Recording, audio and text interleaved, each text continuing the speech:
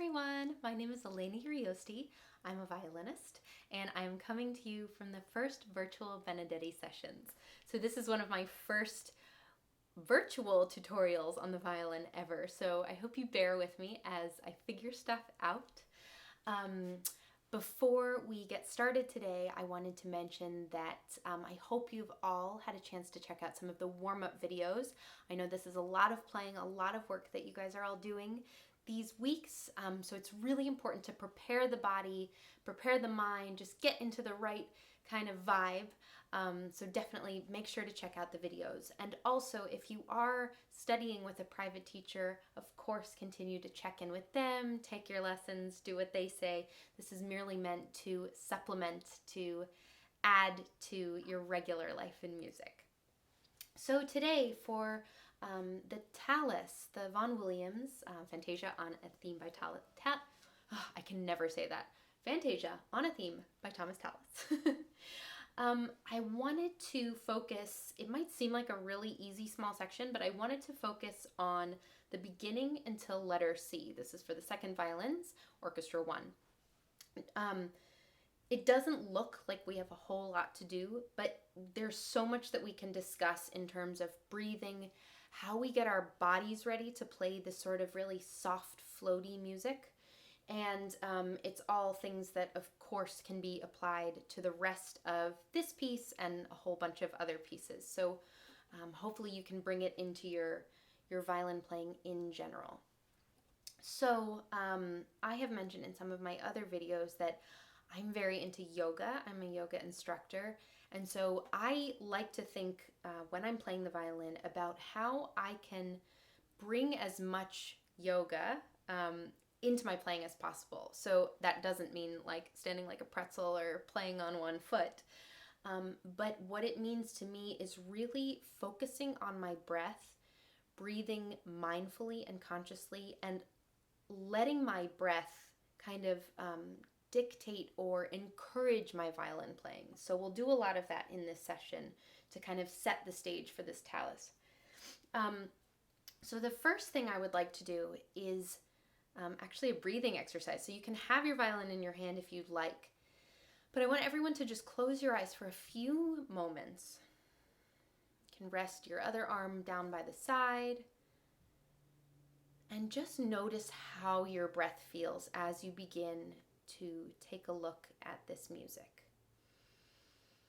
Again, you can close your eyes or just soften your eyelids and just notice about your breath the qualities. Does it feel fast or slow? Does it feel uncomfortable or really nice? Warm or cool? And as you're observing these qualities of your breath, I want you to make sure not to attach any judgments to them. So nothing is good or bad, it simply is. Your breath simply is fast or slow or warm or cool. And then deepen your breath by placing, if you have a free hand, one hand on your belly. And as you breathe, allow your belly to press into your hand. Maybe on an inhale, the belly swells out like a big balloon and fills your palm. And an exhale, it contracts in back towards the spine.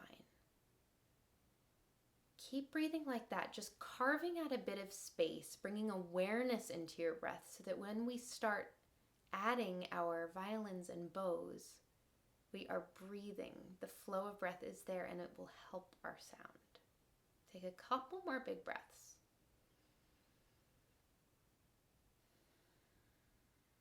And whenever you feel satisfied, open your eyes and just notice already how you feel. Do you feel different from when this video started?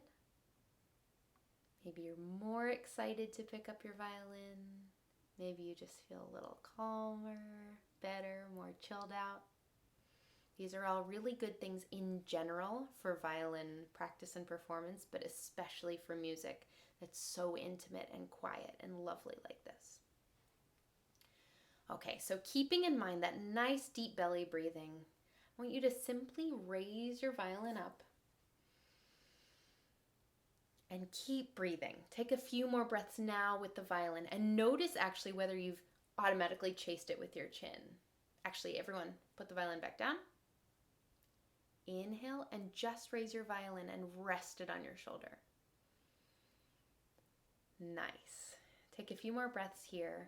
I'll just mention I don't use a shoulder rest, but if you do, that's obviously great. So however it feels comfortable with your equipment to rest your violin, find the comfiest place for you. And see if you can have a little bit of freedom in your head. I'm doing all this stuff before we even start to play so that your body can really feel nice and good and cozy, because this music is so quiet. It's really easy to kind of get so up here, and I want to do everything we can to just relax. Okay, so our violins are up, we're breathing, our bellies are working because we're pumping air in and out of the bottoms of our lungs. And now have your bow ready. Whether you start the first note, I'm playing the upper line, you can start it in third position on the E string, or if you'd like an even softer, more special color, you're welcome to start it on the A string, whatever you prefer. So find the fingering that you like. Let's bring the violin up. Take a couple breaths here.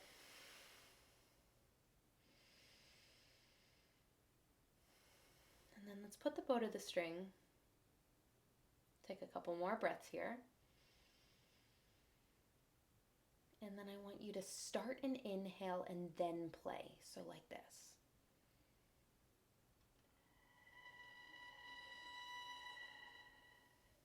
Okay, the bow can just lightly brush over the string. Let's try that a couple more times. So we're inhaling first and then moving the bow.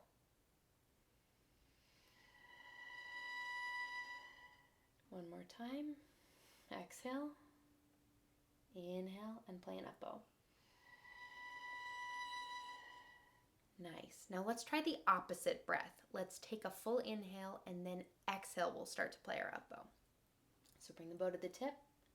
Let's inhale and exhale, play.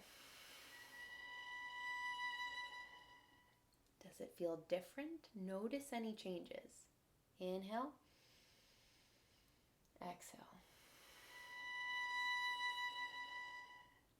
So whether you inhale or exhale to start your bow, that's up to you. I want you to get used to finding a breath that works for you, because only you can know how it feels to breathe and play your violin.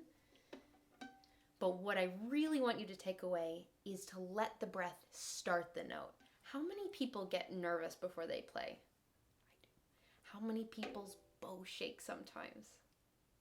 I had such a shaky bow growing up, actually just until a few years ago.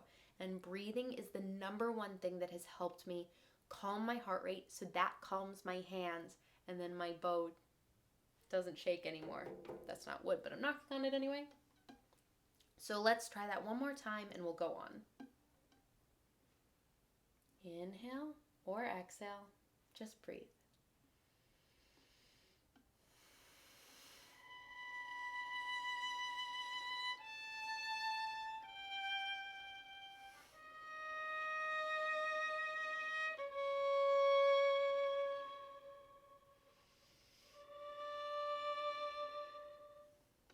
Good.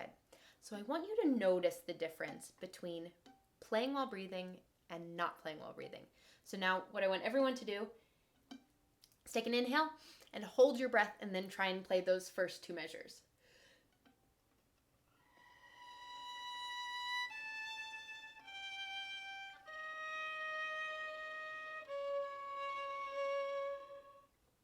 I didn't like how that felt at all. But that's what a lot of us do when we're nervous, or even when we're just concentrating really hard. And it's not a judgment, it's not a bad thing.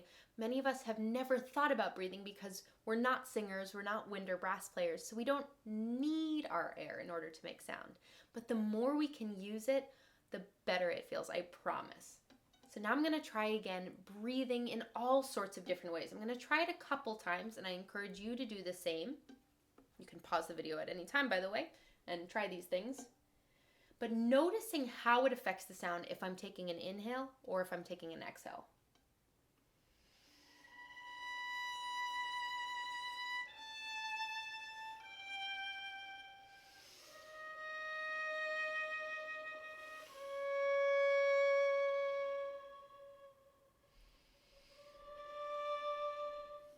Nice. I'm going to try a different breathing and see if I like that better.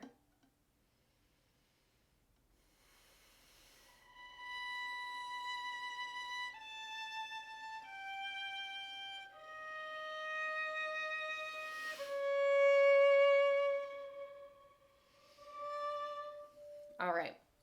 So you get the gist, hopefully. Breathe. That's the name of the game. But really try and, you can start slow just playing open strings, practicing the feeling of coordinating your bows with your breath, and then you can bring it into the music like this. Just a note about playing really soft. Sometimes, and I'm totally guilty of this, I start way too soft and I haven't given myself a chance to really establish a nice sound. So one really nice way to practice something like this, and I'll change up my fingering this time for you, is to start playing it a little louder, a little more comfortable, a little more healthy, and then lighten from there. So I'll breathe, and I'm going to play a little louder this time.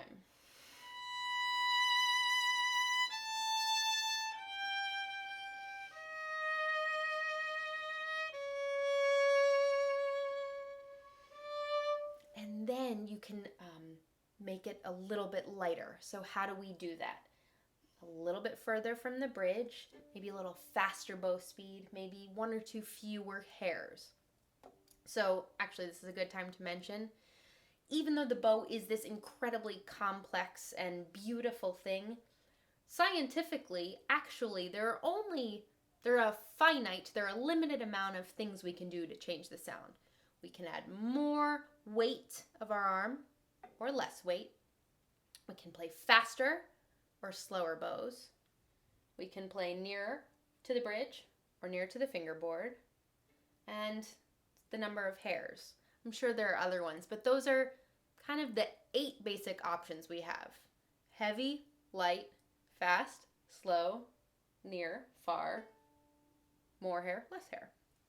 So I encourage you, I don't think there are really right or wrong answers about these things. I encourage you to experiment and find what works for you. And before you even do that, I want you to hear the sound in your ear first. Really imagine the sound that you would love to hear coming from your own instrument, because until you have a clear vision, or whatever the ear version of vision is, you won't really know what you're striving for. So take a moment, imagine the most beautiful opening to this piece, breathe, and then play.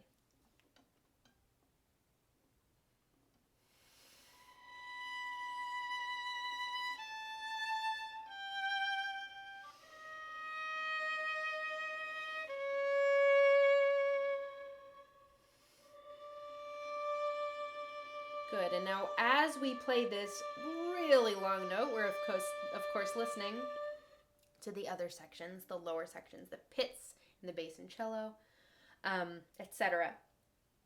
I still want you to, this isn't a time to like zone out, have a coffee, have a juice. We really want to be engaged. So in any of this soft playing, we want the sound to be, we want to hear your investment in the sound. So there's a difference between and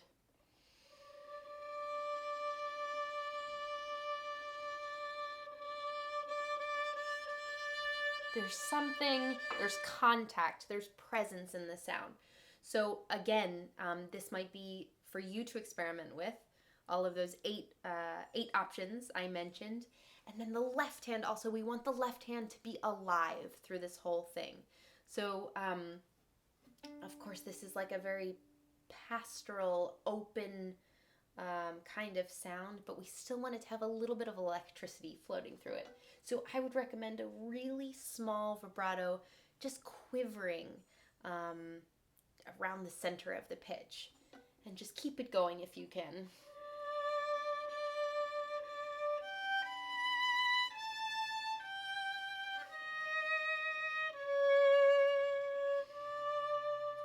All right, I've talked so much about these first 3 measures. Let's go on. So right from A.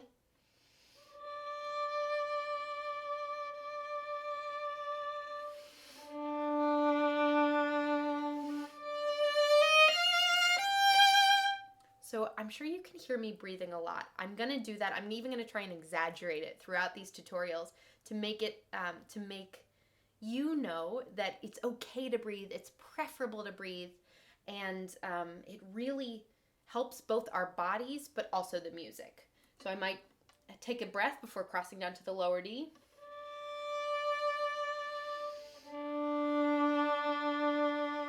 And then really crescendo. And that engagement, that presence, both hands through this figure, even the little note. All right. And then we get to join in with the motion. So here I would still recommend a very floaty sound blending into the other sections, the lower sections of the orchestra.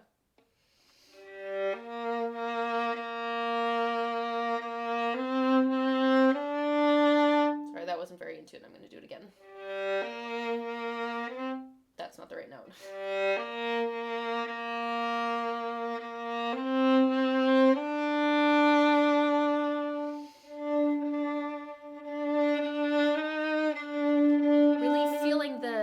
Resonance of my own instrument. See, when I do that, I can actually see the D string vibrating. That's a good thing. You want to look out for that in your instrument in general, because it means, first of all, you're playing really in tune, and second of all, you're giving the wood a chance to vibrate. So you're sort of getting out of the way of your own instrument, and it will make you're allowing it to make a sound rather than forcing it to make a sound. I also wanted to address my mistake a few moments ago. Mistakes are good. Mistakes are fine. It means you're trying new things. So as long as, we're not making the same mistake a zillion times, which might mean that we're zoning out and it might be time to do something else or take a break. Mistakes are fine, and we encourage them. And as long as you are searching for something, that's all that matters. Right, so this section, more bow, allowing the instrument to vibrate, to resonate, and really following these hairpins, because this is such luscious music.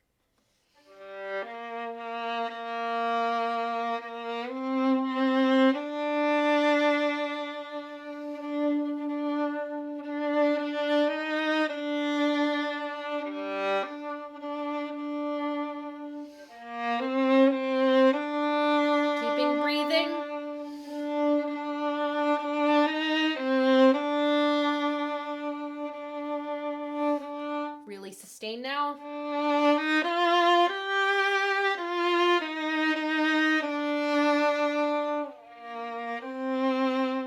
And by the way, these dashes or lines under the notes, of course they're open to interpretation, but I just think I don't think it means any weird mannerism. I think it just means even more love on the notes. So just give it maybe a little extra wiggle or a little more tenderness in the left hand.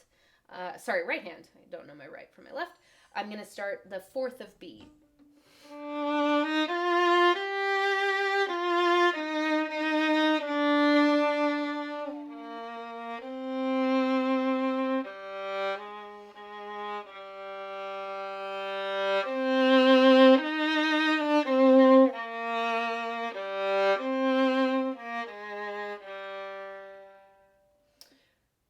It just occurred to me that I didn't like my fingering just there.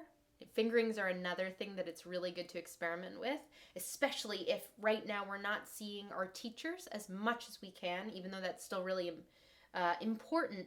It's a nice opportunity to start trying out different fingerings and see which ones you like for your hand. So for me, I didn't really like shifting after the... It felt like it broke up the line to me, so I might try something different.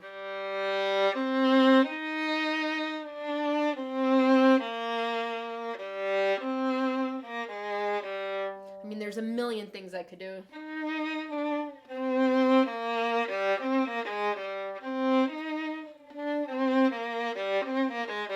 So many options. So another thing to explore. And then we get to see.